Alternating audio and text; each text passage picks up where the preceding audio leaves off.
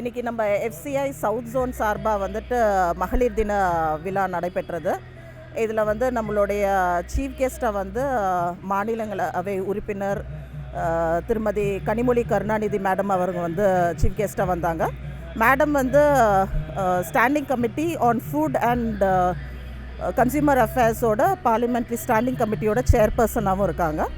So இந்த FCI south ஜோனோட விழாவுக்கு madam வந்தது ரொம்ப சிறப்பாக அமைஞ்சது. இந்த விழாவில் ஒரு சிறப்பு அம்சமாக வந்துட்டு ஒரு 2 அவார்ட்ஸ் நாங்கள் இன்ஸ்டிடியூட் பண்ணியிருக்கோம். விமென் ஆஃப் எக்ஸலன்ஸ் இன் அச்சீவ்மெண்ட்டுன்னு சொல்லிட்டு விமென் வந்து பெஸ்ட் ஒர்க்கிங் விமெனுக்கு ஒரு அவார்டு இன்ஸ்டிடியூட் பண்ணியிருக்கோம். அப்புறம் எம்பவர் டு இன்ஸ்பயர் அப்படின்னு சொல்லிட்டு இன்னொரு அவார்டு. அது வந்துட்டு அவங்களோட ப்ரொஃபஷ்னல் கமிட்மெண்ட்ஸ் மட்டும் இல்லாமல் அதை தாண்டி கான்ட்ரிபியூட் பண்ணுற விமெனுக்காகவும் ஒரு அவார்டு இன்ஸ்டிடியூட் பண்ணியிருக்கோம். இதில் முக்கியமாக வந்துட்டு ஒரு 3 இன்டர்நேஷ்னல் அத்லெட்ஸ் கேரளா ரீஜனில் இருக்காங்க. அவங்களையும் நாங்கள் வந்து ஆனர் பண்ணியிருந்தோம். எஃப்சிஐயில் ஒர்க் பண்ணுறாங்க. அது மட்டும் இல்லாமல் எங்களோட ஜிஎம் ஸ்போர்ட்ஸ் வந்துட்டு Padmashri awardee 4 time Olympian Arjuna awardee அவங்க ஷைனி மேடமுக்கும் வந்து விமென் ஐகான் அவார்டு வந்து நம்மளுடைய சீஃப் கெஸ்ட் வந்து இன்றைக்கி கொடுத்து ஆனர் பண்ணாங்க.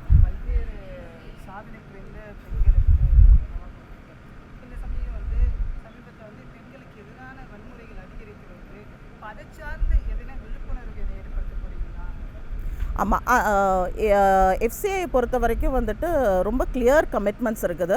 இப்போ எஃப்சிஐ சவுத் ஜோனில் வந்து 1500 விமென் ஒர்க் பண்ணுறாங்க. 30% ஒர்க் ஃபோர்ஸ் வந்து விமென் தான் இருக்காங்க. இதில் வந்துட்டு அவங்களுக்கு பல்வேறு அந்த ஒர்க் பிளேஸ்லேயே வந்துட்டு நிறைய இஷ்யூஸ் ஏற்படுற நேரம் இதுக்காக வந்துட்டு ஒரு ப்ராப்பரான கமிட்டிஸ் எல்லாமே இட் இஸ் இன் பிளேஸ். அந்த கமிட்டிஸ் மூலமாக அவங்களுக்கு அந்த பாதுகாப்பை நாங்கள் உறுதிப்படுத்துகிறோம். இதை தவிர வந்துட்டு எஃப்சிஐ சார்பாகவும் பல்வேறு விழிப்புணர்வு நிகழ்ச்சிகளை நடத்துகிறதுக்கும் பிளான் செஞ்சுருக்கோம்.